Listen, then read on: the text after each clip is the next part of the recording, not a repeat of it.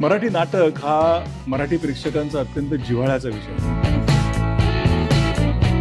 सत्याला काही वालीत नाही का, सत्याचा विजयच होत नाही का, शेवटीच का होतो, हा एक तो प्रश्न डोक्यात होतो. हा प्रश्न मांडूया.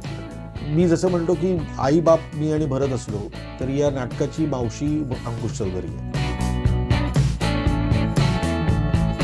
सैरे सईचं हे स्क्रिप्टचंही महत्व भरत एवढंच आहे असं माझं मत आहे. भरतला ना सोन्याचं अंड देणारी कोंबडी मिळाली ना तर तो फक्त रोज अंड खाईल, तो कधीच ती कोंबडी कापणार नाही. या पद्धतीचा नट आहे.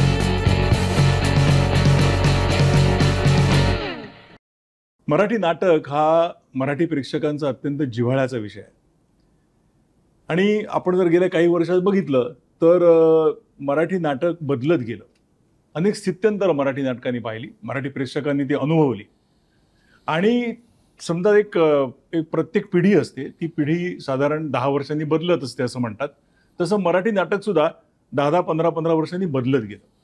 आणि त्या काळामध्ये, त्या 10-10 वर्षांच्या काळामध्ये काही कलाकारांनी, काही निर्मात्यांनी, काही दिग्दर्शकांनी त्या 10 वर्षांवरती राज्य केलं.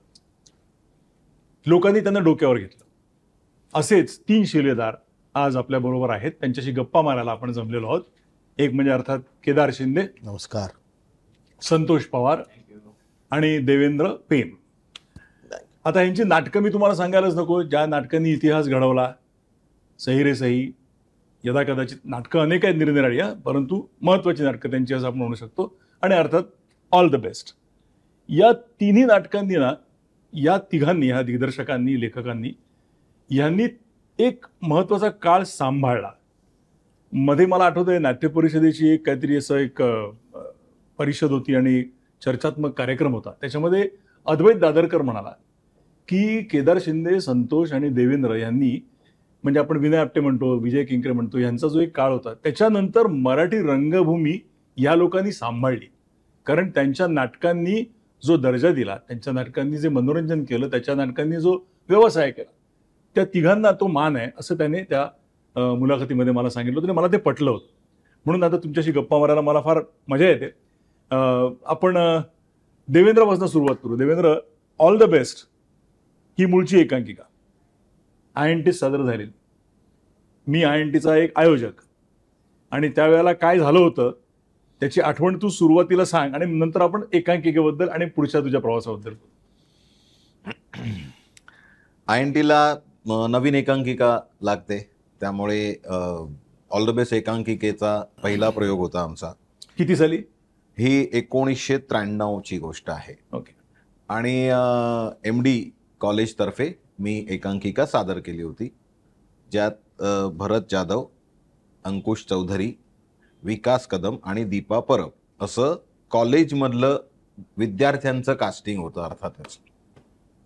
आणि बस पहिला प्रयोग झाला सादर आणि खूप चांगला रिस्पॉन्स आला. फायनलला निवड झाली आणि मग फायनलचे राऊंड पूर्ण झाली आणि मग बक्षीस समारंभ सुरू झाला. आणि त्यावेळेला दिग्दर्शनाचं सर्वोत्कृष्ट दिग्दर्शक पारितोषिक मला मिळालं. सर्वोत्कृष्ट अभिनय अंकुशला मिळालं. सर्वोत्कृष्ट अभिनय द्वितीय विकास कदमला मिळालं. सर्वोत्कृष्ट विनोदी अभिनेता सतीश दुबाशी पारितोषिक आहे, ते भरतला मिळालं.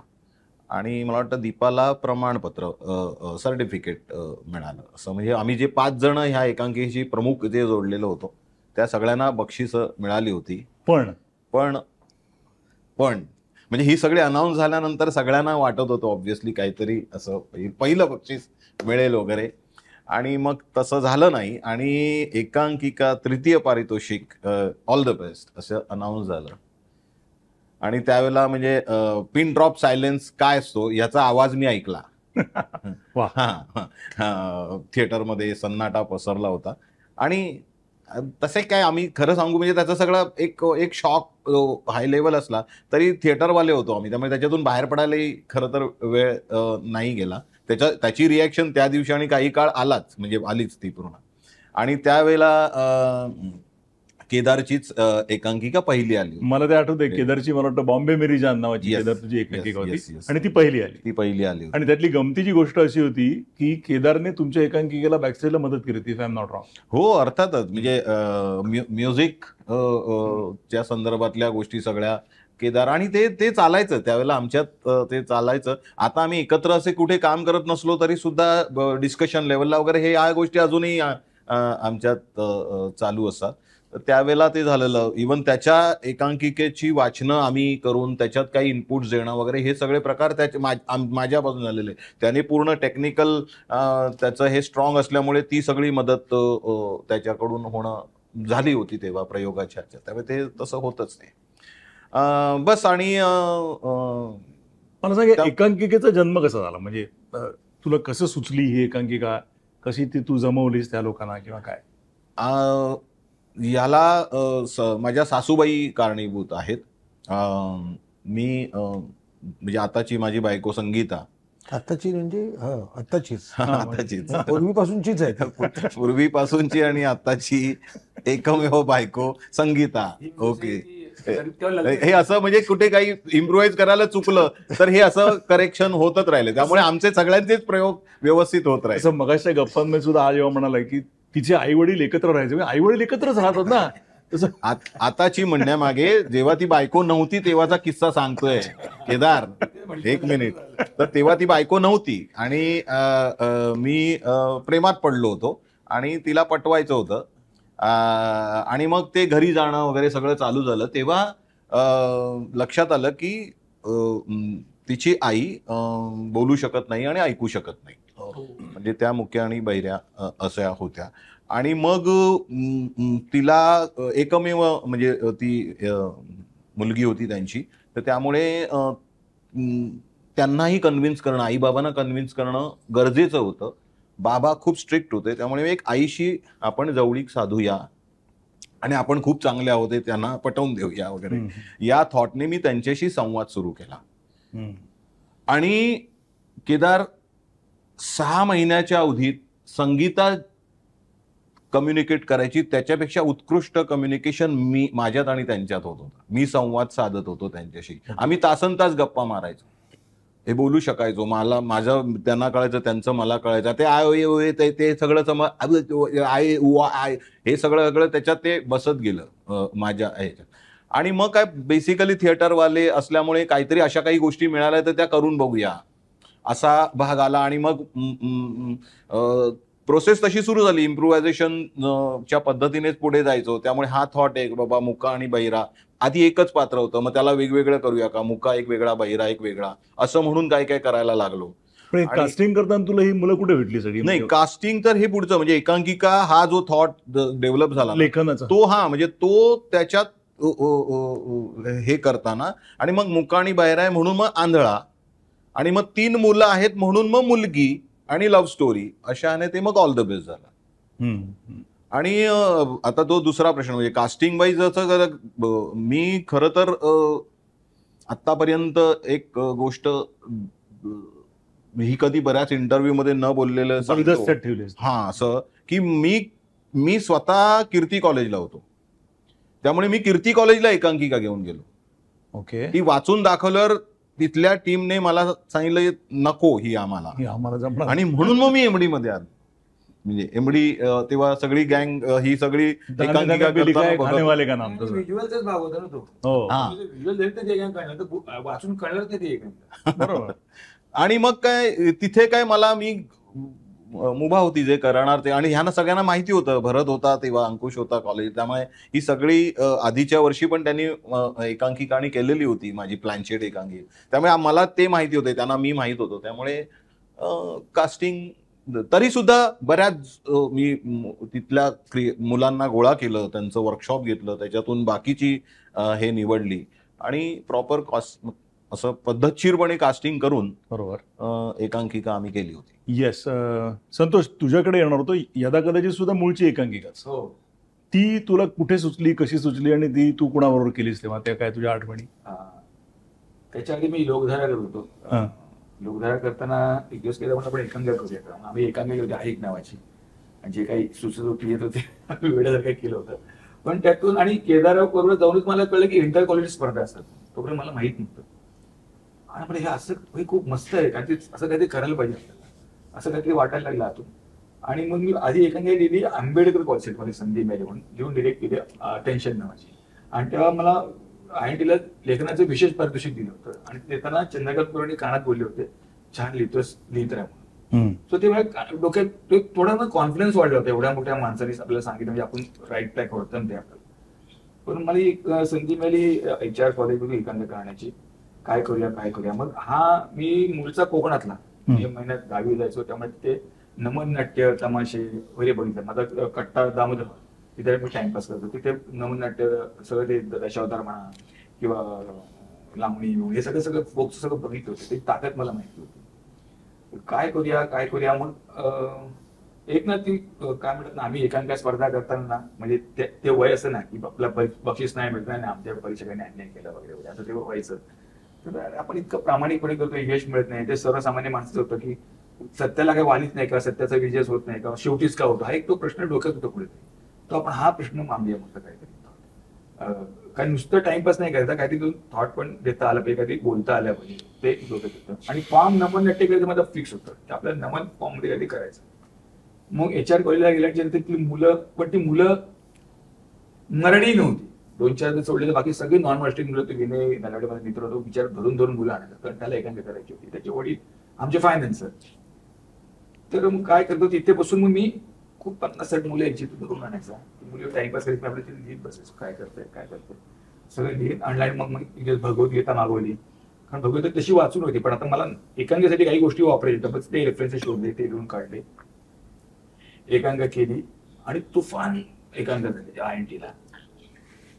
पण ह्याची एक तिसरी तरी होती, मला सर्टिफिकेट पण मिळालं नव्हतं. सर्टिफिकेट दिलं होतं पण प्रेक्षकांमधून सर्वोत्कृष्ट एकांका यदा कदाची दिग्दर्शक संतोष पवार असा आवाज येत होता, पण काही मिळालं नाही मला. अंगणवाडीत आमचा एक रिहर्सल रूम अंगणवाडीत दिली गावच्या, सगळे मुलं अशी बसली होती आणि ढासाढासा रडत होती. मी आपल्या एकटाच हसत होतो. सर काय हसताय तुम्ही, आपल्याला काहीच मिळालं नाही, आपण एवढी मेहनत केली, एवढा रिस्पॉन्स होता वगैरे. पण काय झालं ना, बॉम्बे जॅमच्या वेळेला मी केदारवर असायचो, तेव्हा माझं असिस्टंट म्हणून, आणि मी काही गोष्टी शिकवतो त्याच्यावर राहून. आणि ऑल दी बेस्ट हा तो झगडा मी बघितला होता, ते काय झालं वगैरे सगळं. त्यामुळे मी ना काय मला माहिती, मी त्या मुलांना म्हटलं होतं तुम्ही बघत राहा ह्याचे रिटर्न्स काय मिळतात. मला पूर्ण विश्वास आहे पुढे काय वेळेला मला माहित नव्हतं. त्याचं नाटक केलं राज्य नाट्य स्पर्धेसाठी, तिथेही काही मिळत नाही, पण रिस्पॉन्स प्रचंड असायचा. त्याचे काही प्रयोग मी कॉन्ट्रॅक्टचे करून बघितले, पण नंतर मी थांबलो कारण मी खूप नवीन होतो, मला क्षेत्र फार माहित नव्हतं. मी थांबलो कारण मुलांची मी तेवढी साथ मिळत नव्हती. आणि काय मला माहित नाही, दत्ता घोसाळकर आता नाही एक विचार आपल्या, तो गेला, तो मला शोधत आला HR कॉलेजला, ठाण्यातून चर्चगेटला. तिथे मी पुढच्या वर्षी एकांका करत होतो. तुला मला कळलं की एकांका आहे, तुला आपण करूया का, म्हटलं करूया नाटक. त्याच्या आधी IITनेच मला सुयोगी असं मी अशी मी काही संधी दिली होती, ती पण एकांका बघूनच दिली होती. त्याही मग हो करूया आपण म्हटलं. आणि राज्य नाट्य स्पर्धेचा अनुभव होता, 2 नाटक करण्याचा अनुभव, करूया म्हटलं. आणि मध्ये मी ते नाटक करायला घेतलं. आणि मी जे काही कलाकार एकांकातूनच बघितले होते, मी किशोर चौगुले आधी टेप व्हायचा, तुम्हाला मला काम करायचं आहे नाटक एकांकित. ह्याच्याच मी याला बॅकस्टेजला मदत केली होती ना, मी सेट करून बसलो माहिती ना, तर किशोर एकांकित होतं, तर त्याला मी त्याचं काम बघितलं होतं. म्हटलं हा मस्त आहे.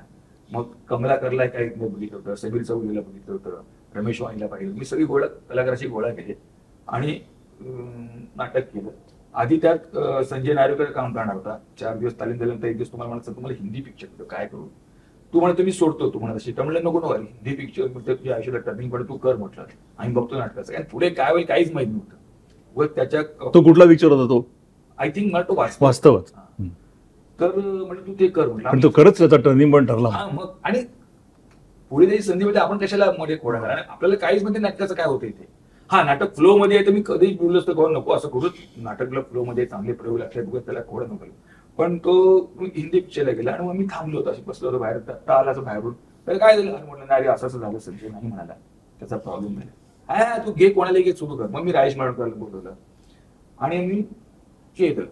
10वा प्रयोग होता. आणि मग काही लोकांनी कुरकुर सुरू केल्या की नाही, प्रयोग सुधारण्याचा प्रयत्न केला. मग काही लोक आमच्यामध्ये तिला धावले आणि मग त्यांनी आम्हाला सपोर्ट केला.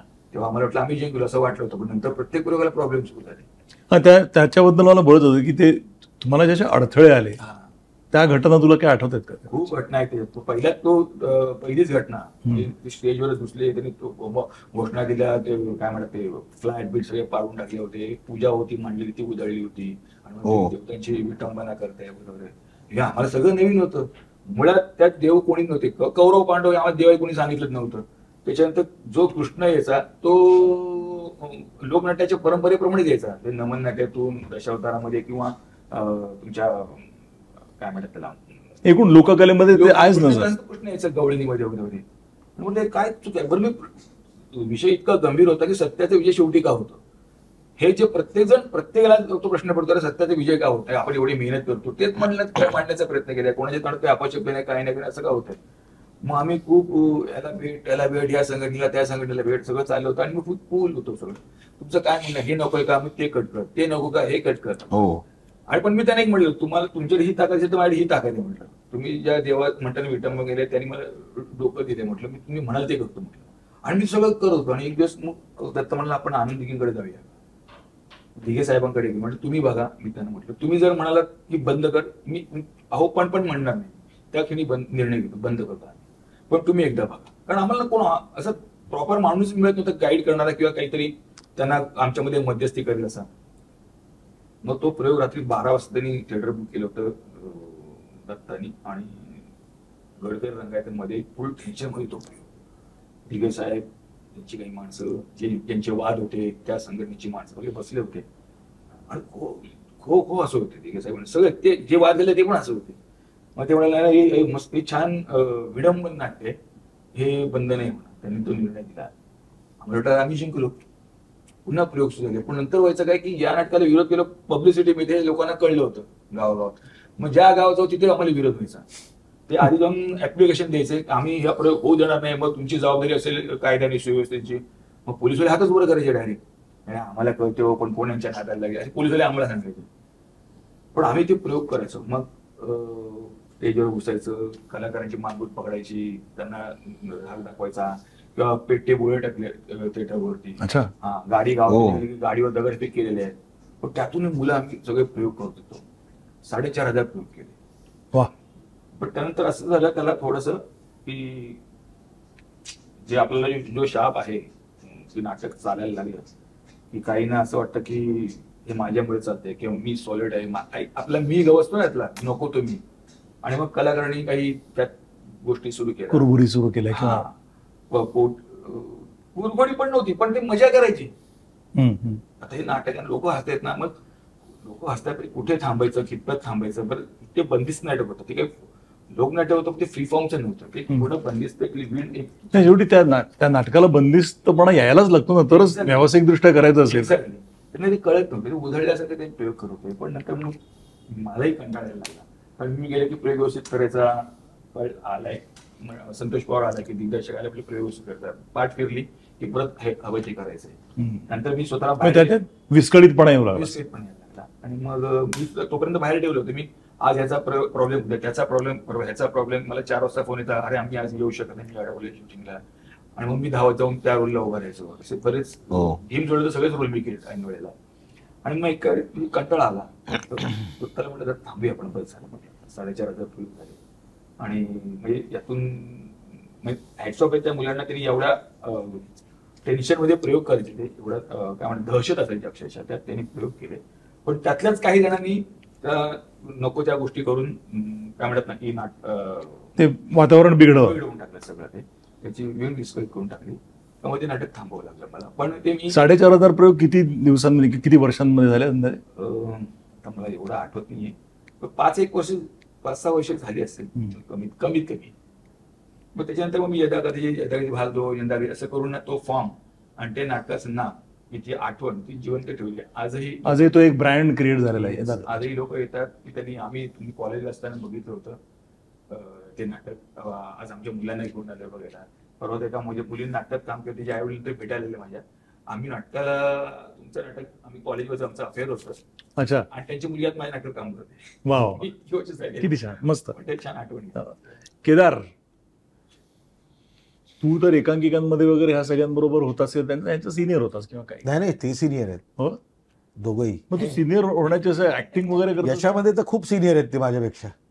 म्हणजे 93ला जर ऑल द बेस्ट आलंय, यदा कदाचित कधी आलं 2000. मी मग ज्युनियर आहे, मी 2002ला माझं सही रे सही आलं.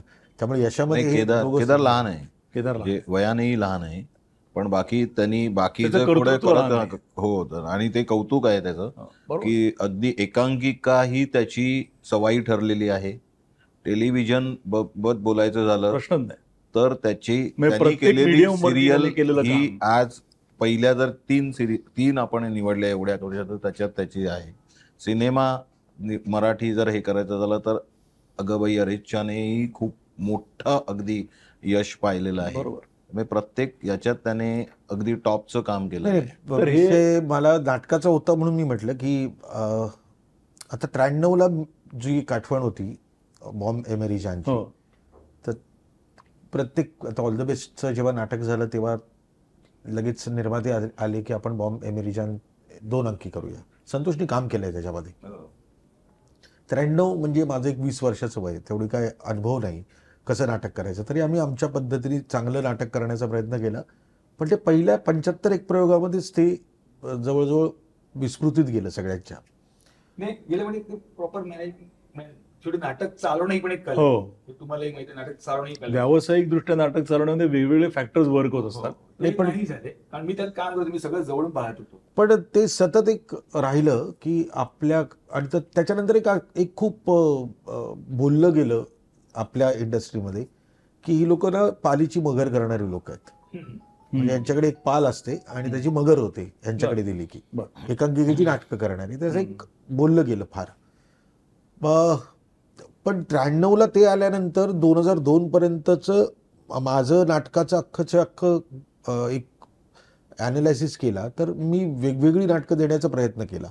पण नाटक चाललं पण आहे, असं नाही की चाललं नाही. आमच्यासारखे आम्हीच नावाचं नाटक माझं जे अंकुश भरत आणि संजय नार्वेकर काम करायचे ते त्यावेळेस काहीतरी 800-900 प्रयोग काहीतरी झाले होते.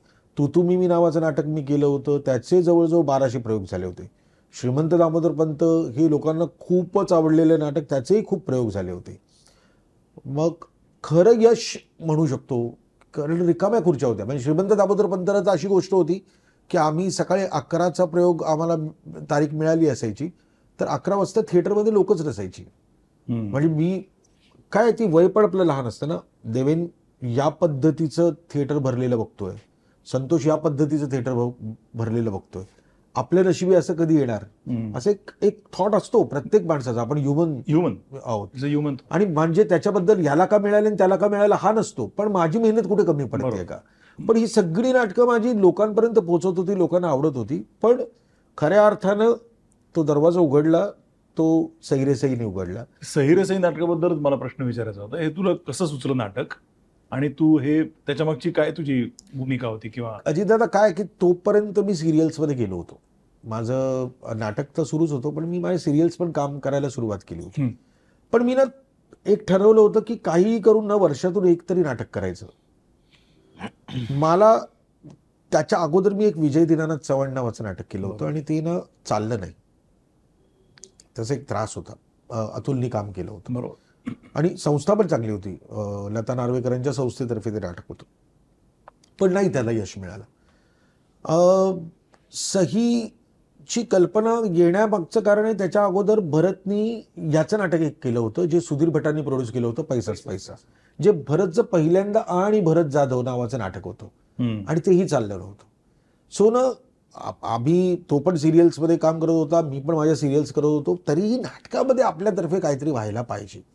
आणि ना सहज माझं ना मी एक फिल्म बघितली मेयर साहब नावाची, मेयर साहब, हां, कमल हसनची. आणि मला ती कल्पना भयंकर आवडली की एक माणूस गेलाय आणि त्याच्या जागी तोतया उभा करतात. फक्त ह्याच्यामध्ये मग ती कल्पना अशी येऊ शकते का याचा विचार केला की एक माणूस गेलाय आणि तोते 3 माणसं आली स्टेजवर, तर काय होऊ शकतं. आणि मी जसं म्हणतो की आई बाप मी आणि भरत असलो तर या नाटकाची मावशी अंकुश चौधरी आहे.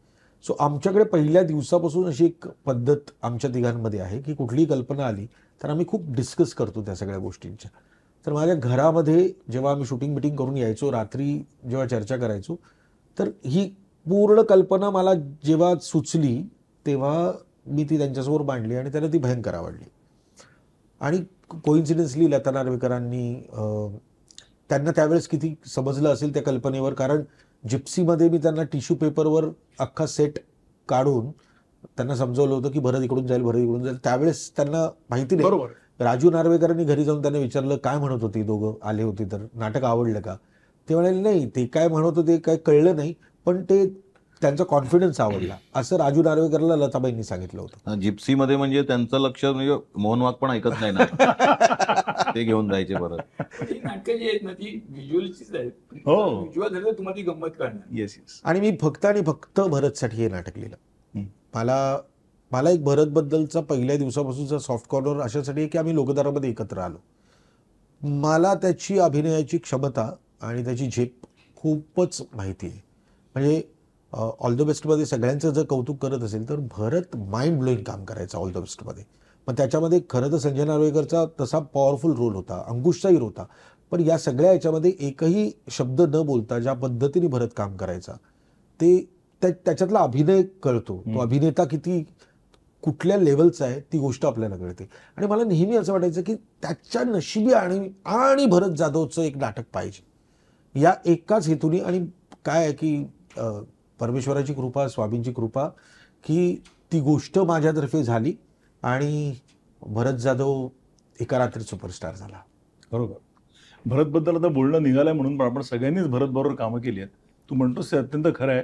म्हणजे ज्याला आपण चतुरस्त्र म्हणतो ना, उदाहरणार्थ मी त्याचं अधांतर नाटक बघितलं होतं किंवा आता माझ्या दशावतार फिल्ममध्ये होतं. तुझा अनुभव काय भरतच्या बद्दलचा? कारण इतकं प्रामाणिकपणे काम करतो एकतर, आणि त्या प्रत्येक भूमिकेची डेप्थ समजावून घेऊन ती भूमिका, म्हणजे आता माझ्या दशावतारमध्ये त्याची छोटीशी भूमिका आहे पण ती इतकी सुंदर त्याने केली ना. तुझा काय अनुभव? अनुभव उत्तम. म्हणजे भरत बरोबर काम करणं म्हणजे मेजवानी असते. कारण सतत ऑन असतो तो, सतत शोधत असतो, करत असतो, करून बघत असतो आणि त्याला अप्रतिम काहीतरी सुचलंय आणि समजा जर मी म्हटलं की हे धन्यवाद आहे, नको मला, तर ते बाजूला टाकायलाही त्याला वेळ नाही ना. तर त्यामुळे काय होतं, गती राहते, क्रिएटिव्हिटीची गती राहते त्याच्यातलं. बाबा करून बघणं हे. आणि स्क्रिप्ट लेवल पासून त्याला बऱ्याच गोष्टी, म्हणजे त्याही गोष्टी, तो लेखक तसा लेखक नाही पण स्क्रिप्टचं वाचन झाल्यानंतरही त्याचे इनपुट्स हे असतात. त्याला एक तो 3 नजर त्याला आहे की एक ओव्हरऑल हे सगळं जात आहे ते बरोबर जाणार आहे की नाही, म्हणजे कमर्शियली याला कसं काय हे असेल किंवा काही या कॅरेक्टर्स असतील तर त्याचं कॅरेक्टरिस्टिक म्हणून अजून काय त्याच्यात आणता येण्यासारखं आहे, अशा सगळ्या लेवलला तो काम करत असतो. म्हणजे एखादं समजा उगाचच गंमत वाटली म्हणून सीन टाकला तर तो मारक ठरू शकतो. हे पण मला आठवतंय की त्याने मला असं सुचवलेलं आहे की हा आहे सीन बरा होईल पण तो गोष्टीत बसतोय की नाही बघायला पाहिजे. तो चपकल बसला तरच तो फायनली राहील, नंतर काढावा लागेल वगैरे, अशाही गोष्टी आमच्यात झालेल्या आहेत. त्यामुळे ऑल द आणि एनर्जी बद्दल काय, म्हणजे ऍक्टर म्हणून एनर्जी कौतुक मला जसं काय वाटतं, जसं सईला जेव्हा पहिला बोर्ड लागला तेव्हा काही लोक होते आपल्याकडे, एक असतात जे असायलाच पाहिजे माणूस, काही दिवस प्रयोग काही दिवस बोर्ड लागेल रे, काही दिवस बोर्ड लागेल. मला माझे शब्द आठवत आहेत. मी म्हणालो तो नाही म्हटलं, पण भरत असा आहे ना, तो आहे तसाच प्रयोग करणार आणि हेच त्याचं यश असेल. मी बघत राहतो आणि तेच घडलं. आहे तसाच प्रयोग तो करतो, इमान इतभारे प्रयोग करतो. आता तिथे तो उधळू शकतो, वाटतं ते करू शकतो, पण ते नाही करणार तो. पण त्याला मी लोकधारापासून ओळखतोय आणि हे जे म्हणतो ताकदीत 100% तो असतो, ऑन असतो स्वतः आणि सतत पॉझिटिव्ह असतो, पण प्रयोग तो प्रामाणिकपणे करतो. हा फार एक महत्वाचा भाग आहे त्याच्यामध्ये. हो, म्हणजे आज प्रयोग होतो. आता आम्ही हल्ली प्रयोग केदार तुझ्या नाटकाचा पाहिलाय. मयुरेशने तर सेंच्युरी मारली आहे त्या नाटक बघण्याच्या ह्याच्यात. तर त्याच्यात ह्याबाबत आमचं डिस्कशन होतं की आजही तो अत्यंत प्रामाणिकपणे जे याने दिलेला आहे, याने बसवलेला आहे, याने लिहिलेला आहे, तोच प्रयोग तो सादर करतो. उगाच वेगवेगळ्या गोष्टी हे करून वगैरे अशा काही वावत नाही. मला ही गोष्ट माहिती आहे. हा, आता किंमत त्याची काय आहे त्या गोष्टीची. केदार, तू तर किती प्रयोग झाले सैरीचे? 4,500. 4,500. म्हणजे त्या 4,500 प्रयोगांमध्ये तू त्याच्या बरोबर आहेस. तुझं आणि त्याचं नातं तर वेगळंच आहे. मित्र तुम्ही आहातच, परंतु मित्रापेक्षाही घट्ट नातं आहे. तू या नाटकाच्या यशामध्ये भरतला किती मार्क देशील किंवा काय?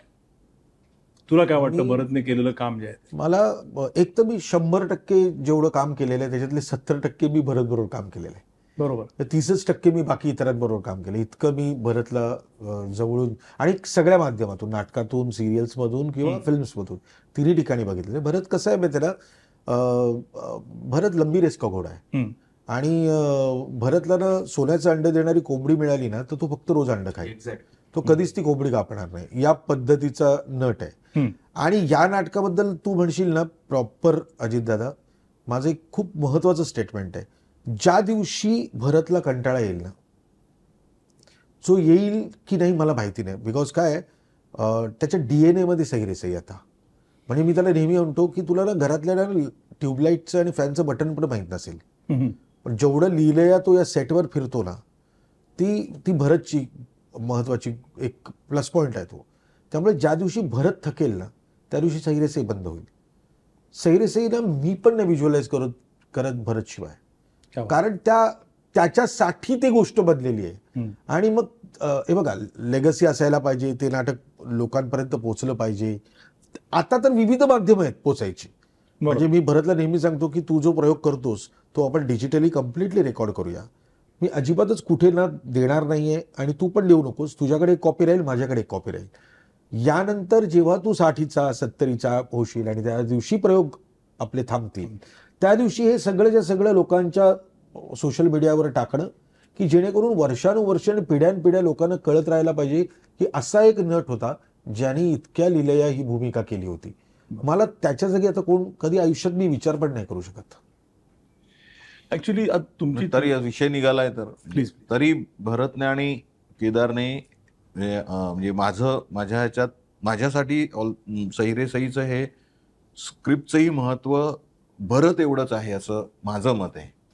म्हणजे स्क्रिप्टची वन लाईनच इतकी स्ट्रॉंग आहे ती की ते, आणि ते म्हणजे त्याची डेव्हलपमेंट तर, आणि भरतने त्याच्यावर कळस चढवलाय आणि प्रयोग तर आता त्याच्यानंतर मग काय प्रश्नच नाही असं आहे. तरी म्हणजे या दोघांच्या भावना मी समजूच शकतो आणि ते योग्यही आहे. पण तरी मला असं वाटतं की यांनी त्याचा उत्तराधिकारी शोधावा, त्याच्यावर प्रॉपर काम करून हे जेव्हा दोघेही सॅटिस्फाईड असतील असा कोणी नट शोधावा नंतर. मग ती तेव्हा 70चा भरत झाल्यानंतर का काय ते तो पुढचा कॉल.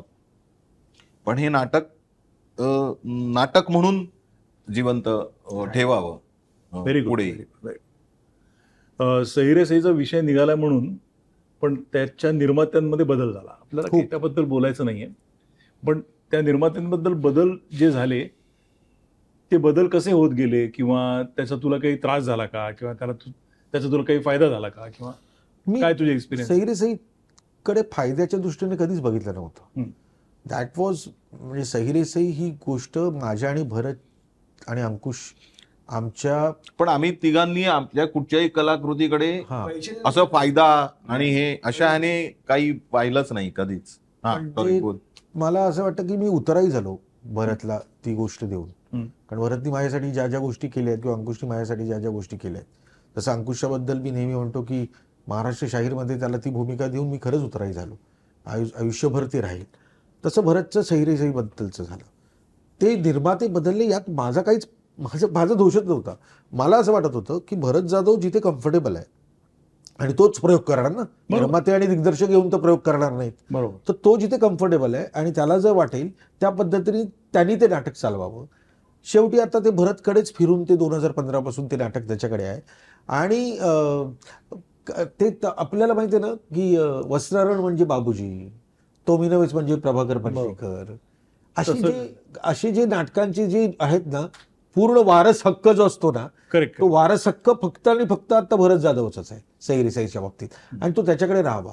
त्यामुळे निर्माते बदल झाले तर मला चिंता नव्हती, आणि मला गॅरंटी एवढी नाटकात बदल होणार नाही कारण भरत आहे. भरत 2 तास 20 मिनिटं आजही नाटक करतो, जे संतोष म्हणतो. कारण मी असेही नट बघितलेत माझ्याबरोबर बाकीचे नाटकात काम करणारे की जिथे मी 2 तास 20 मिनिटाचं नाटक बसून दिले आणि ते 3.5 तास चाललंय, असेही बघितलेत. आजही भरतचं यश त्यातच आहे. आजही तो मला सिरियसली फोन करतो, केदार आदल्या दिवशी, केदार मला ना हा पंच सुचलाय, कसा वाटतोय, अरे मस्त आहे, इथे घेतोस का, बरं बरं बरं. मी काय करतो, ते 3 काढतो, कारण ते आता काय मजा येत ते नाही. वर्क होत नाही. तर तो ना ते टायमिंग बरोबर मॅच करतो, की इकडचे 3 गेले तर इकडे 2 वाढतील. आणि लोक ती नाहीतर काय त्याला एक शर्ट शिवून दिल्यानंतर व्यायाम करून करून फुगून तो शर्ट फाडायला किती वेळ लागतो. पण आम्ही ना त्याच्या मापावर मी शर्ट शिवलाय आणि तो शर्ट आजही तेवढ्याच प्रेमाने तो घालतोय. त्याच्यात आणि त्यात अजूनही fit होतोय. व्यायाम करत नाही, पोट सुटू देत नाही, काही नाही, तो मेंटेन आहे. मेंटेन्ड आहे. आणि तो विरत पण नाहीये शर्ट, इतकं छान सांभाळतोय. संतोष, तुला मला विचारायचं होतं, यदा कदाचित हे नाटक तुझं जोरात चाललं होतं. माझं स्वतःचं असं म्हणणं आहे ना, तू एक खरोखर ना, मी तुला बाहेरनं बघतोय गेली कित्येक वर्ष, तुझ्यावर काम नाही करायचा योग आला कधी, पण तरी हा ना एक नाटकवाला माणूस आहे. म्हणजे हा पूर्णपणे नाटकात भिनलेला असतो. मी त्याच्या रिहर्सलला कधी गेलो तरी सुद्धा मी बघतोय एका बाजूच्या कोपऱ्यात तो काहीतरी लिहित असणार, तो सीन पुढचा करत असेल. हे तुला तुला कधीच मी असं पाहिलेलं नाही की नाटकाच्या यशावरती तुझं काहीतरी अवलंबून असतं. तू असंच आहेस, जसा आहेस तसा आहेस काय. तर हे कसं काय जमवलंयस तू? मला ना नाटकाची प्रोसेस खूप आवडते, ज्या तालमी असतात त्या, आणि जबाबदारी घ्यायला आवडते. नाही माझ्या विश्वासावर कोणीतरी काहीतरी लाखो रुपये गुंतवले, त्याचे रिटर्न देणं माझं कर्तव्य आहे. आणि ते जर छान झालं तर मला पुढचं काम मिळणार आहे. ही 2-3 गणित माझ्या डोक्यात पहिले फिक्स आहे. अजून एक गणित आहे की माझी आजी नेहमी म्हणायची की लोक काय रंगल्या घालायचे मुके घेतात. जोपर्यंत तुम्हाला यश आहे तोपर्यंत तुमच्याकडे आहे, नंतर कोणी तुम्हाला विचारणार नाही. सो ते यश मिळण्यासाठी, ते यश टिकवून ठेवण्यासाठी आपण ते करत राहणं मस्ट आहे. आणि आपल्याला मेहनतीशिवाय काही मिळणार नाही. दुसरी गोष्ट, आता मला मिळालं म्हणून पुढचं पण सक्सेस होईल याची काही गॅरंटी नाही. तुला मेहनत करायची आहे, रोज उठून आपल्याला काय म्हणतात, रोज उठून धावायचंच आहे आपल्याला. आणि मी सॅटिस्फाईड नसतो. म्हणजे समजा हे आता मी लिहिलेलं आहे, कधी आपलं पेपरवर खूप छान वाटतं, ते कळतं नाही हे वर्क नाही होत आहे, काही गोष्टी सुचतात. मग पुन्हा बसतो, ते पुन्हा काम करतो, पुन्हा ते करून बघतो.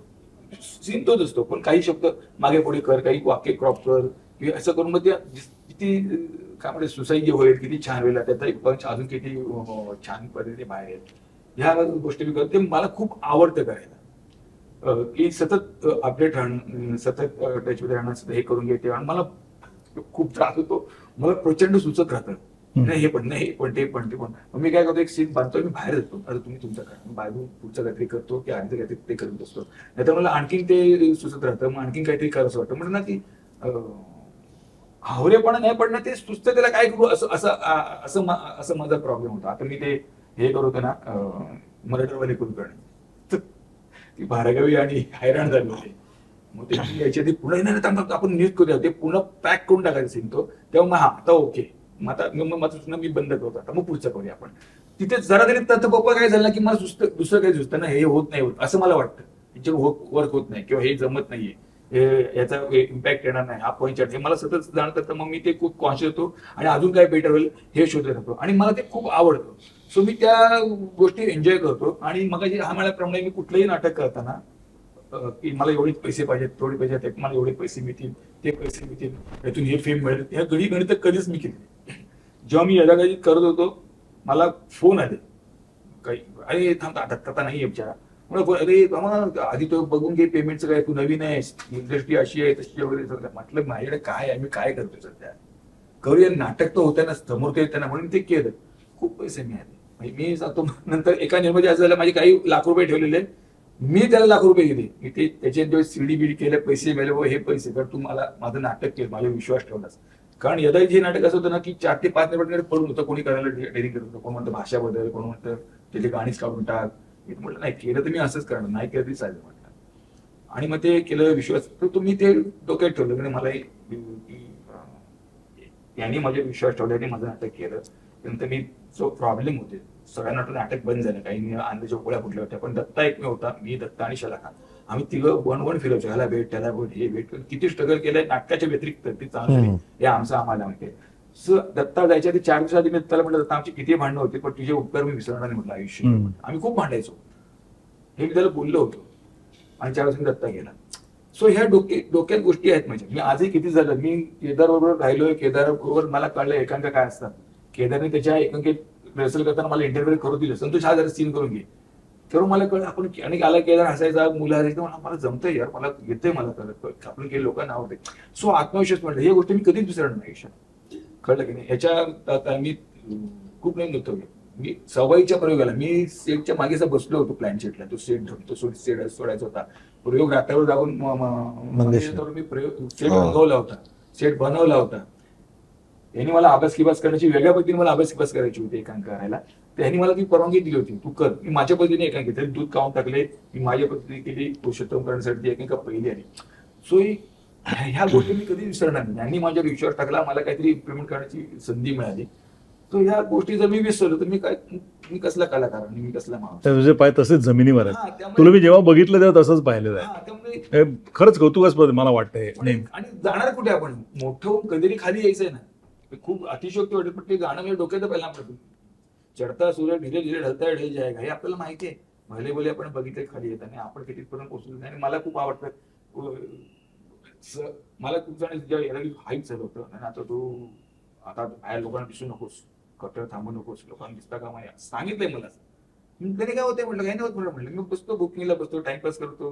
माझी जास्त मग इतकं ते बुकिंगवाले आहेत, बॅकपेज वाले आहेत आणि जे वॉचमॅन वगैरे सगळे त्यांचं रमलेलं असतं. उलट त्यांच्याकडनं चांगला फीडबॅक तुला मिळत असेल. Exactly. खरा फीडबॅक मिळतो. मिळतो. खरा नाही, फीडबॅक मला दोघांचंही देवेंचं आणि मला संतोषचं नेहमी कौतुक यासाठी वाटतं की ना कन्सिस्टन्सी लागते कामामध्ये.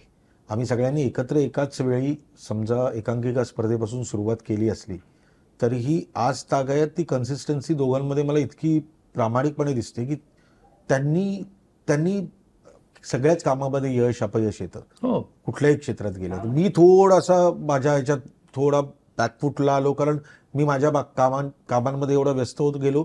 आणि आम्ही तिघही ना नाटकाला स्वस्त समजणारे नाही आहोत. आजही आम्हाला 2.5 महिन्याची तालीम लागते.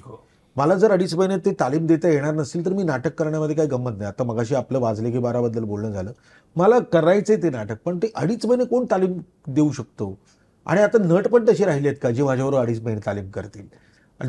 त्या शिदोरीवरच आज तागायत ऑल द बेस्ट किंवा यदा कदाचित किंवा सैरेसही सुरू आहे की ज्यावेळेस आम्ही ते तालमी करून ते पक्क केलेलं आहे. केलं. आणि आम्ही तिघही असे आहोत ना की जिथे आम्हाला इम्प्रोव्हाइज गोष्टी करायला आवडतात. आणि ते इम्प्रोव्हायझेशन हे त्या तालमीमध्येच होतं. प्रयोगांमध्ये होतंच, पण तालमीमध्ये तर नवीन नवीन नवीन नवीन सुचत राहतं. तर आम्ही आपला रिस्ट्रिक्ट नाही करू शकत ना 15 दिवसात आपण एक नाटक करून टाकूया, असं माझ्याकडून होणार नाहीये. पण ह्यांची कन्सिस्टन्सी, मी आजही पेपर उघडल्यानंतर मला खूप कौतुक वाटतं की ह्यांच्या नाटकांचे ॲड्स येतात, ह्यांची नावं येतात. माझं आपलं 23 वर्षाचं एकच नाटक चालू आहे, त्याच्यामुळे माझं नाव येतं तेव्हा आनंद वाटतो. पण यांचं बघून असं वाटतं पण तुझी सिनेमाच्या जाहिराती येत असतात, नाही, नाटकाविषयी टेलिव्हिजन जाहिराती चालू असतात. नाही, पण मी नाटकाविषयी बोलतो. तिला खूप कौतुकास्पद आहे. आणि कधीही संतोष देवेन यांना कधीही भेटलो ना तर ते तेवढ्याच पॅशनेटली ना नाटकाविषयी बोलतात. म्हणजे संतोषला मी असं बघितलंय की जेव्हा जेव्हा मी त्याला भेटलो, मला खूप संतोष पवारला बाबूजींसारखं वाटतो. बाबूजी तरीही एक निर्माते होते, पण एक नट होते ना, त्यांच्यात एक वेगळी एनर्जी होती. आणि त्यांना जे सुचायचं ना त्या पद्धतीचा मला संतोष वाटतो. मला दिग्दर्शक म्हणून जास्त भावतो देवेन, कारण ना मी त्याला तालीम करताना बघितलंय. म्हणजे एका क्षणानंतर देवेनला आता कुठेतरी कोंडून ठेवा आणि आता याच्यानंतर आपण बदल नको करूया या लेवलला. मगाशी संतोष जे सांगत होता ना ते मला देवेंच्या बाबतीत पण नेहमी त्याला इतकं सुचत असतं की त्यामुळे कधी कधी नाटक म्हणजे तालमी थांबू पण शकतात. नाही, मला कित्येक वेळा वाटायचं जेव्हा मी एकांकिका बघायचो, एक नॉनस्टॉप सुचायचं. परत ते सुचणं आहे ना, पहिलं वाईट नव्हतंच, बरोबर, दुसरं त्याच्यापेक्षा सॉलिड आहे, तर तिसरं अजून. पण कधीतरी काय माहिती ना, त्याला एक लिमिटेशन असायला पाहिजे. म्हणून मला नेहमी वाटायचं की देवेंद्रला ना पहिल्यांदा कुठेतरी आता पेटीमध्ये बंद करून ठेवा, हे बसवलंय आता करू देत लोकांना. तर इतकं नाही, त्यावेळेचे ना आपण ना संस्कार असतात. जसं आता संतोष म्हणाला की मी माझ्याबरोबर एकांकिका करत होतो, तर मी देवेंबरोबर ती एकांकिका करत होतो. हे सुचणं आहे ना, हे मी बघितल्यानंतर मला जाणवायला लागले की अरे आपल्याला पण सुचतं, पण आपले लिमिट या आहेत का. हा माणूस जर एवढा एवढा विचार करू शकतो. आणि आम्ही दोघं एकत्र येण्याचं कारण शाहीर साबळे आहेत. म्हणजे शेवटी आमचं आयडलच इतकं कन्फर्म होतं ना की काय व्हायचंय आणि काय करायला पाहिजे. काय व्हायचंय शक्य नाही होणार, पण यासारखा तरी विचार करायला पाहिजे की आम्हाला काहीतरी जमलं पाहिजे. मगाशी ना संतोष पण म्हणाला आणि आता तू पण तो शब्द वापरलास, त्याने पण मगाशी वापरला की आमची नाटकं आम्ही इम्प्रोव्हाइज करत बसवत गेलो. या आता तुमच्याच नाटकाचे तुम्हीच लेखक तुम्ही दिग्दर्शक, तुमच्या बरोबरचे नट, त्यांनी ते इम्प्रोव्हाइज केलं, नाटक झालं. आता ही नाटकं झाली, पण ही तुमची नाटकं इतर लोक बसवू शकतील का, हा तुम्हाला अडथळा नाही का वाटत? माझं म्हणणं असं आहे की कळलं ना मला माझा मुद्दा, की याचं काही लिखित कुठे स्क्रिप्ट जे आहे ते स्क्रिप्ट आणि प्रयोग ह्याच्यामध्ये इतकी तफावत आहे की ही तुम्हाला तुमच्या नाटकांची एक म्हणजे एक निगेटिव्ह पॉईंट वाटतो का कदाचित तो पॉझिटिव्ह पॉईंट असेल, लोक वेगळं काहीतरी बसू शकतील? तुमचं काय तिघांचं आहे? मला मी सुरुवात करतो, म्हणजे मला त्याचं कारण देता येईल. काय झालं की ना, सही रे सही ज्यावेळेस आलं ना, तेव्हा ना एक टेलिव्हिजनची स्ट्रेंथ वाढायला लागली होती आणि चॅनल्स यायला लागले होते आणि लोकांची मनोरंजनाची व्याख्या बदलायला लागली होती.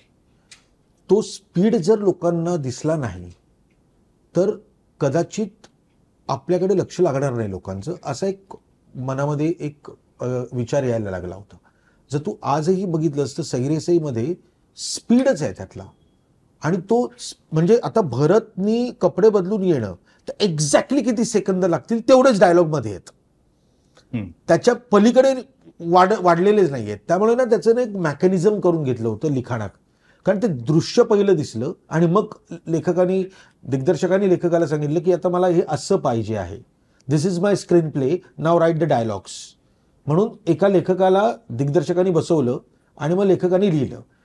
आणि मी तो विचार करायचो की कारण ना आता तू बघ, त्यावेळेस ना रिमोटचा स्पीड किती बदलायला लागला होता. म्हणजे आपण एक बघत होतो, जर कंटाळलो की आपण रिमोट बोलतो. हा स्पीड ना मेंदूचा मॅच व्हायला पाहिजे जेव्हा आपण नाटक बघत असतो.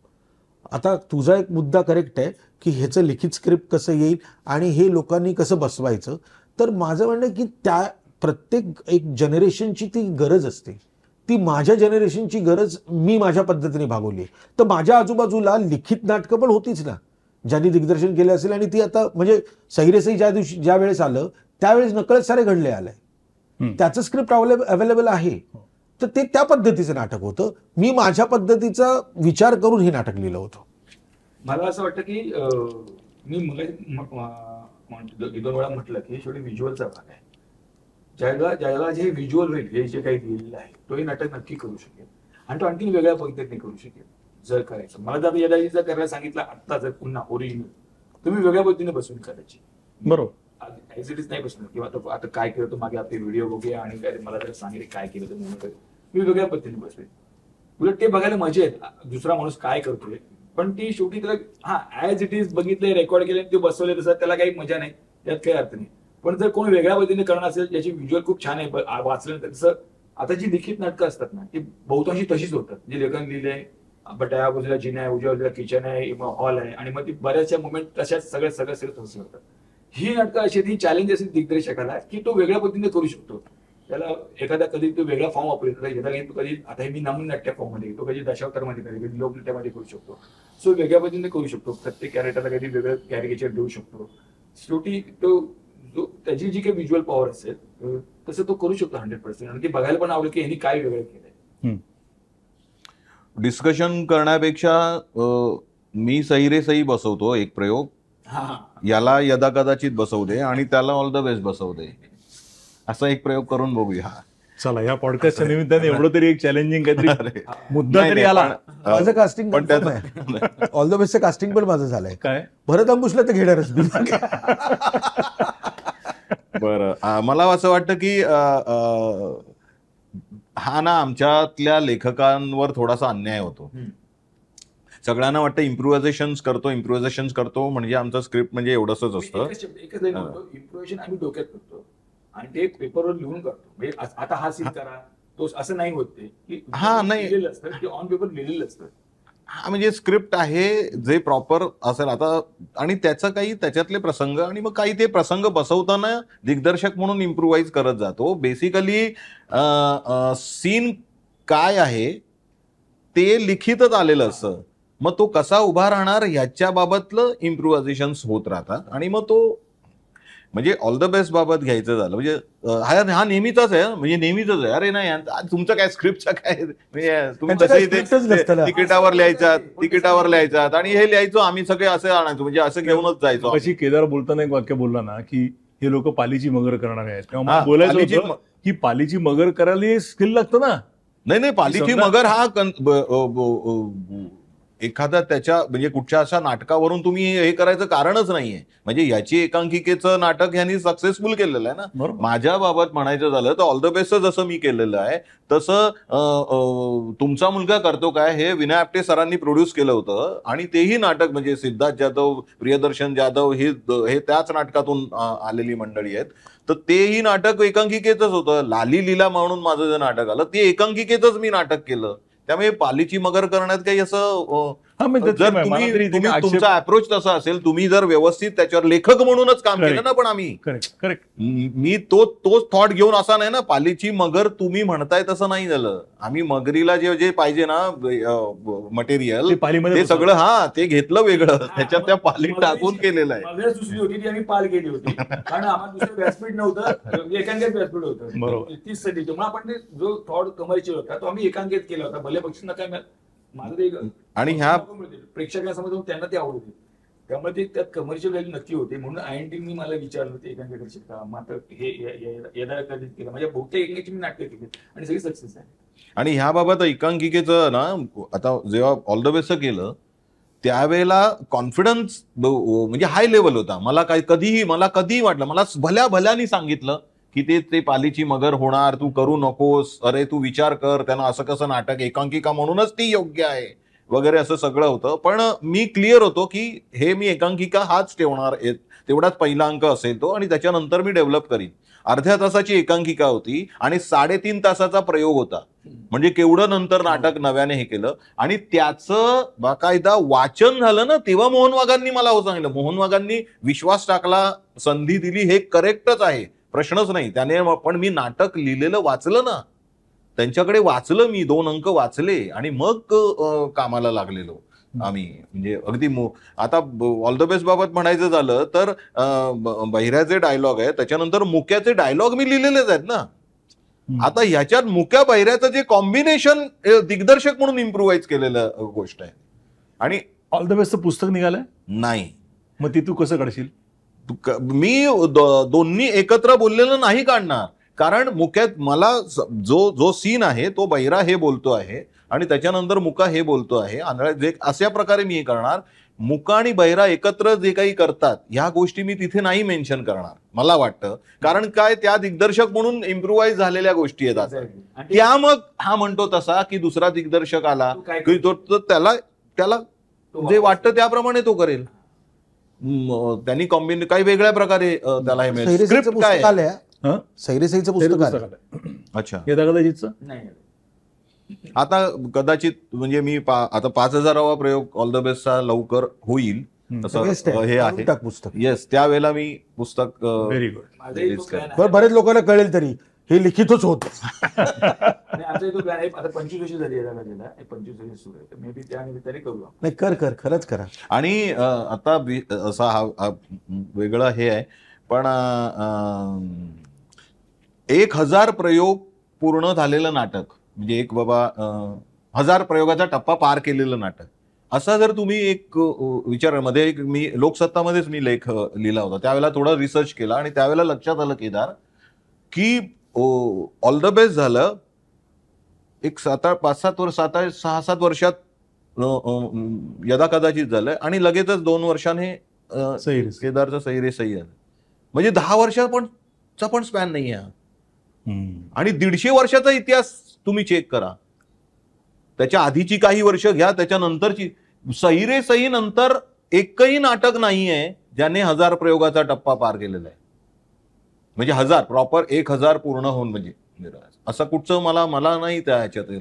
म्हणजे मला म्हणायचंय काय की जरी आम्ही इम्प्रुव्हायझेशन पद्धतीने करत असलो तरी सुद्धा ते लोकांना ते खरं तर आवडतं. आपल्या तिघांचं गिनीजमध्ये नाव गेलं पाहिजे, कारण तुझे प्रयोग 5000 झालेत, याचे जवळजवळ 4500 झालेत आणि माझे 4500 झाले. म्हणजे 10 वर्षामध्ये त्या स्पॅनमध्ये जी नाटकं आली त्यांनी एवढा प्रयोगांचा टप्पा पार केला. तू मगाशी बोलताना आणखी एक वाक्य म्हणायचं, आपण ते शेवटाकडे येतोय आणि एकूण मराठी रंगभूमी नाटक म्हणून मला हा प्रश्न विचारावा असा वाटतो की अटेन्शन स्पॅन कमी झालाय. म्हणजे टेलिव्हिजन सिरियलमुळे आपण 7 मिनिटं रिमोट किंवा काय, एकूणच प्रेक्षकांचा अटेन्शन स्पॅन कमी झालाय का, अशी एक भीती लोकांना वाटते. त्या दृष्टिकोनातनं तुमची नाटकाची रचना आता बदलत जाईल का, आणि पुढचं मराठी नाटक कसं असेल आणि त्याच्याकडे तुम्ही कसं बघता तुम्ही तिघे जण? नाही, तो त्यावेळेसचं नाविन्य होतं टेलिव्हिजनचं, त्यामुळे तो अटेन्शन स्पॅन कमी म्हणजे झाला. अगदी उदाहरण द्यायचं झालं तर सूर्याची पिल्ले मधला पहिला अंक मला वाटतं एक सीन आहे. हम्म. तर हल्ली प्रत्येक नाटकाच्या पहिल्या अंकामध्ये 4-4, 5-5 सीन्स असतात. नाही, पण कसं आहे माहिती ना, तू शेवटी नाटक किंवा सिनेमा हे काळोखात जाऊन अनुभव घेण्याची गोष्ट आहे आणि ती लोकांना आवडतेच. आज मनोरंजनाच्या एवढ्या सगळ्या गोष्टी आमच्या नजरेसमोर आहे. अगदी आपल्या हातातला जो एक टेलिफोन आहे, मोबाईल आहे, हा मनोरंजनाची खाण आहे. हो. तरीही नाटक, आपण त्या रील्स वरती पण आलो, बरोबर. लिटरली एका मिनिटात आपण पुढे चाललोय. तरीही नाटक आणि सिनेमा नाही, एका मिनिटात त्याच्यातही रील मध्ये 20 सेकंदामध्ये जर रील तुम्ही हो, हो. थॉट आला Exactly. असेल तर तो जास्त आणि बरोबर. सॉरी. तर नाटक आणि सिनेमाकडे बघण्याचा दृष्टिकोन लोकांचा अजूनही त्याच पद्धतीचा आहे की त्यांना ते मनोरंजन हवंय. त्यांना जे बघायचं तेच बघायला जातात. असं नाही होऊ शकत की सगळ्याच गोष्टींकडे गर्दी करतात. पण आज जर तू पेपर उघडल्यानंतर जो एक कॉन्फिडन्स दिसतो ना मला मराठी नाटकाविषयी, हा कॉन्फिडन्स प्रेक्षकांच्या जोरावर आहे. प्रेक्षक येत आहेत म्हणून नाटक होतंय सादर. आणि तू म्हणशील बदल, मला भयंकर आवडली आत्ता एक कल्पना जी आत्ता समोर आलेली आहे, ठरलं फॉर एव्हर नावाची एक काहीतरी आहे. हो. तर ते पहिल्यांदा त्या पद्धतीचा LED वगैरे वापरून त्यांनी काहीतरी करण्याचा प्रयत्न केलाय. हे जनरेशन आहे आता पुढचं. म्हणजे काय आहे की तुला ना कुठेतरी ती हात मिळवावे लागणार टेक्नॉलॉजी बरोबर. म्हणजे नाटक तर सादर करायचंय कारण ती जिवंत कला आहे, पण त्या बरोबरीने लोकांना त्या पद्धतीचा आनंद डोळ्यांना सुखवणारा पण द्यावा लागेल. आमच्या तिघांच्या मध्ये आम्ही तिघही खूपच नशीबवान आहोत की आम्हाला ना नटच मुळात ना वेळ देणारे मिळाले त्यावेळेस. जो एक तालमीचा जो एक फोर्स लागतो, आम्ही 2.5-3 महिने जेव्हा तालमी करतो तेव्हा तो नट पण अवेलेबल असायचा आणि तो तेवढ्याच मनाप्रमाणे करायचा. आज प्रॉब्लेम असा आहे की तो नाटक तर त्याला करायचंच आहे. अरे मी बरेच महिन्यात नाटक नाही केलं, यंदा मी नाटक करणार आहे असं सगळं बोललं जातं. पण तरीही या सगळ्या गोष्टींसाठी वेळ देणं कितपत शक्य होणार आहे, कारण त्याच्या हातात कामं आहे. पण त्याचा पण दोष नाही आहे, त्याला सिरियल मिळते, त्याला फिल्म्स मिळते, त्याला काम करावं लागणार आहे. पण त्या बरोबरीने या पद्धतीचं जर सगळ्या रचना आल्या तर आम्हाला पण काहीतरी आनंद वाटेल की काहीतरी आपण काहीतरी वेगळं. आणि म्हणजे नुसतंच तालमींसाठी नाही, नाटक म्हटल्यानंतर त्या नटाला किंवा अभिनेत्रीला जवळजवळ 6 महिने त्या नाटकासाठी द्यावे लागतात. ते नाटक चालतंय की नाही हे पाहण्यासाठी तुला अगदी शनिवार रविवारचे प्रयोग का होईना, पण तुला ते 2 शनिवार रविवार डेडिकेट करायला पाहिजे नाटकाला. आणि एक सगळ्यात फक्त एक गंमत म्हणून सांगतो, मला वाटतं देवेन, मी आणि संतोष आम्ही तिघही नशीबवान आहोत ज्यांनी सोमवार ते रविवार असे सगळे प्रयोग बघितले. हो, मी पण त्यातलंच आहे. आम्ही तुझं जनरेशन आमच्यापेक्षा बरोबर, पण एक लेखक दिग्दर्शक म्हणून आम्ही तिघही नशीबवान आहोत की आम्ही सोमवारी सकाळचा पण सकाळचे प्रयोग, दुपारचा पण बघितलाय. आज जे वीकेंडवर नाटक आलेलं आहे ह्याच्यापेक्षा इतका आनंद आम्ही कधीच बघितला नव्हता. की आज आम्हाला जेव्हा प्रयोग आठवतात ना तेव्हा असं वाटतं की अरे शुक्रवार सकाळी संकष्टी भारत पाकिस्तान मॅच असताना सैरेसईचे 3 शो हाऊसपॅक घेतले होते. याच्यापेक्षा मोठा विक्रम नाही असू शकत ना. एवढं प्रेम ना लोकांनी त्या नाटकावर केलेलं आहे आणि आम्ही नशीबवान आहोत, त्यामुळे असंच वाटतं मला. तू कसं बघतोस उद्याचं नाटक? मला मी लहानपणी मोठा का घेते की पण आज प्रेक्षकांचं झालं ना की सेलिब्रिटी असेल तर नाटक बघायला जायचं. तर मला असं वाटतं जे सैरेसे असेल किंवा येदा कधी असेल किंवा ऑल द बेस्ट तेव्हा कोणीच सेलिब्रिटी नव्हतं, प्रेक्षक नाटक बघायला यायचं. तर नाटक बघायला यायला पाहिजे असं माझं मग. ते सेलिब्रिटी असेल तर म्हणजे बोनस असतो, एक बोनस असतो 101%. आणि तीच फक्त थोडी धाकधूक होते कारण आम्ही पण काय होतं, आम्ही सरेंडर होतो. आता नाही ऑर्डेला बुकिंग होते, आपण शनिवार रविवार करूया. हे जे सरेंडर होणं जे आहे ते न होता ते काही मार्ग काढून ऑर्डेला पण प्रेक्षक कसा येईल याचाही काही विचार केला पाहिजे. उद्या थिएटर आहे, थिएटरवर काही ऍक्टिव्हिटीज केल्या किंवा प्रेक्षकांना ज्या काही गोष्टी आवडतात, कलाकारांशी बोलणं, कलाकारांची गप्पा मांडणे, काय म्हणतात फोटोज काढणं, ह्या गोष्टी जर त्या काही पण पुरवल्या, त्या काही मार्ग काढले तर प्रेक्षकांना तिथे येणं आवडेल, प्रेक्षक बघायला येतील. आणि दुसरी गोष्ट प्रमोशनल लेवलला आपण खूप कमी पडतो. आता जर लोकसंगीत पॉडकास्ट आहे त्यामुळे मी मुद्दाम माझा फायदा घेऊन सांगतो की प्रत्येक येणार नवीन नाटकाचं काहीतरी एक प्रमोशन झालं पाहिजे. वर्तमानपत्र बातमी खूप पेक्षा आणि तो खरा ऑडियन्स आहे नाटकाचा, खरी गोष्ट. हा सो आम्हाला ते प्रमोशन करणार काही मिळत नाही. आम्ही ठीक आहे, आम्ही याला करतोच, काय म्हणतात त्याला, डिजिटल लेवलला किंवा सोशलला आम्ही करतोच, पण जो मॅच्युअर्ड ऑडियन्स तो फार डिजिटली बघत नाही किंवा फार तो मोबाईलवर नसतो, तर त्याला आणि नाटकाकडे बघण्याचा दृष्टिकोन म्हणजे पेपरची ऍड, बरोबर, हेच डोक्यात आहे ना. अजून तरी तसं ऍड करताना आम्हाला प्रमोशन लेवलला काही मिळत नाही. जर पूर्ण नाट्यावलं करून होतं किंवा समीक्षण यायचं किंवा लेख लिहून यायचंय किंवा मुलाखती यायच्या किंवा काहीतरी, बरोबर. असं काहीतरी व्हायचं ना, तेव्हा प्रेक्षक यायचा की नाटकाची कुतूल चालवत यायचं, प्रेक्षकांपर्यंत पोहोचायचं. तशा गोष्टी होत नाहीत. तर त्या गोष्टी व्हायला पाहिजे. त्या गोष्टीच्या आणि म्हणतात की भट्टी जमून येते, प्रमोशन वरून सह भट्टी जमते. छान स्क्रिप्ट, छान कलाकार, छान दिग्दर्शक आणि चांगलं प्रमोशन ते लोकांपर्यंत पोहोचतं. तर ही भट्टी म्हणजे की नाटक चालतंच. कुठेतरी एक ना खांब तो असा डळमळीत होतो आणि मग ते प्रेक्षकांपर्यंत जातात आणि चांगली चांगली नाटकं थांबतात, ती पुढच्यापर्यंत पोहोचत नाही आणि मग थिएटरवाले हळतात, जे गेट डोर किपर आहेत, वॉचमॅन्स आहेत किंवा कॅन्टीन, अरे चहा किती मस्त नाटक आहे, ते का नाही झाले प्रयोग आहे ही. पण त्याला कारणीभूत आम्हाला माहितीये काय आहे. जसं मी मुंबई मिरच्यांचं उदाहरण दिलं की ते त्याचे प्रयोग खूप व्हायला पाहिजे. सुमित राघवन तेव्हा, चिन्मयी प्रदीप पडवदन तेव्हा, आणि जर रिस्पॉन्स आम्हाला कळायचा काय आहे, पण ते प्रेक्षकांपर्यंत पोहोचलं नाही, तिथपर्यंत आम्ही जाऊ शकलो नाही. दुसरी गोष्ट, गावखेड्यातली नाटकं तिथपर्यंत पोहोचू शकत नाही. गावखेड्यातल्या नाटकावर सगळं विषयांतर होतं थोडंसं, परंतु मुंबई पुण्यापुरतंच मराठी नाटकाचे प्रयोग आणि बाहेरगावी प्रयोग न होणं हे सध्या जे वाढलेलं आहे, त्याच्याकडे तुम्ही कसं बघता? म्हणजे तिकडच्या कंत्राटदारांचं वगैरे म्हणणं आहे की अरे आम्हाला परवडतच नाही ते मराठी नाटक. निर्माते बोलू शकतात. हा, नाही, थोडं मी त्याच्या आधीच्या ह्याच्यात थोडंसं ऍड करतो please. फक्त. मला वैयक्तिक वाटतं की पुढचं नाटक याच्याबद्दल, तर ते एकतर नाटक हे किती संकट काय बाकी काही झालं ना तरी ते पुढचं नाटक म्हणजे पुढची बाबा 20-25 वर्षाचं म्हणायचं झालं तर नाटक हे राहणार. आता जेव्हा कोविडच्या काळात हे झालेलं तेव्हा जी रंगभूमी बंद झाली आणि मग नाटकं बंद झाले, त्याच्यामुळे मग काय होईल, आता लोक येणार का, हे करणार, तर तेव्हाही मला वाटत होतं की तसं काही होणार नाही. आणि आता त्याच्यात आणखीन एक ऍडेड अँगल हा वाटतो की मोबाईल असो, आता OTT प्लॅटफॉर्म वरती संपूर्ण टीनेजरची पिढी आणि तरुण पिढी सुद्धा सगळी खूप बिझी असते. चांगलं, ह्याच्यापेक्षा आणखीन वेगवेगळी माध्यमं निघतील, पण हे सगळं स्क्रीन आहे, म्हणजे फिल्म्स असो, त्याच्यानंतर मग स्टेजवरती असं लाईव्ह परफॉर्मन्स बघण्याचं हे आनंदच वेगळा राहणार आहे आणि तो अनुभवायला येतच राहणार आहे. आणि आत्ताच्या क्षणाला, मग आता निर्माता म्हणून सांगतो, त्याला जे ते नेहमी हे असं ना, म्हणजे गल्ल्यावर बसल्यासारख्या गोष्टी करतो, तर तसं आहे. तर त्याच्यात आत्ता जर हे आहे तर अनेक नाटकं आहेत ज्यांना चांगलं बुकिंग आहे. म्हणजे अनेक नाही, मला विचाराल तर जास्तीत जास्त नाटकांना बुकिंग झालं. आज एंटरटेनमेंट इंडस्ट्रीचा विचार केला तर मला थोडंसं धाडसाचं स्टेटमेंट आहे, हिंदी सिनेमापेक्षा प्रेक्षक वर्ग इमाने इतबारे मराठी नाटकाला जास्त आहे. हो. आणि मराठी इंडस्ट्रीचा विचार केला तर सिरियल्सला आणि फिल्म्सला पण या पद्धतीचा TRP आणि बॉक्स ऑफिस नाहीये जेवढं आता नाटकांना आहे. आणि अजून एक गोष्ट होते की आता प्रेक्षकांना मुलाबाळांना घेऊन यायला लागले नाटकाला. खूप कौतुक वाटतं की लहान मुलं येतात. तर मी अजून एक पुन्हा एकदा लहान गोष्टी मोठा झाल्यावर म्हणतो की आपण बालनाट्य ज्या कुठल्या पद्धतीची देतोय त्याच्यावर पुढची पिढी, पुढचा प्रेक्षक येणार आहे. सो ती नाटक कशा पद्धतीची असतील, ती करणारी माणसं कोण आहेत, मला वाटतं जी जबाबदार लोक आहेत त्यांनी बालनाट्य करायला पाहिजे, दर्जेदार बालनाट्य करायला पाहिजे, जेणेकरून जो बाल प्रेक्षक येईल त्याला कळेल की नाटक असं असतं, इतकं छान असतं, इतकं सुंदर असतं आणि तो प्रेक्षक पुढे आपल्याला मिळायचा आहे. मला वाटतं या पर्टिक्युलर नोटवरतीच आपण थांबूया, कारण हा फार महत्त्वाचा विषय आहे.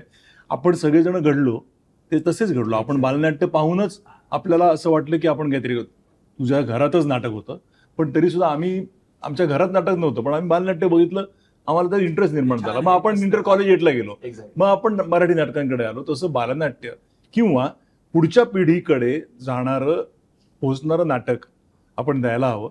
आणि तुमच्या पिढीने तर ते चांगल्या प्रकारे केलंच आहे, याच्या पुढच्या जनरेशन ते करावं असं मला वाटतं. तुम्ही तिघांनी वेळ दिलात त्याबद्दल मनापासून आभार आणि लोकसत्ताचे मनापासून आभार. आणि या पॉडकास्टसाठी आणि मराठी रंगभूमीसाठी आणि दिवाळीसाठी आणि पुढच्या कालावधीसाठी सगळ्यांना शुभेच्छा. धन्यवाद. थँक्यू.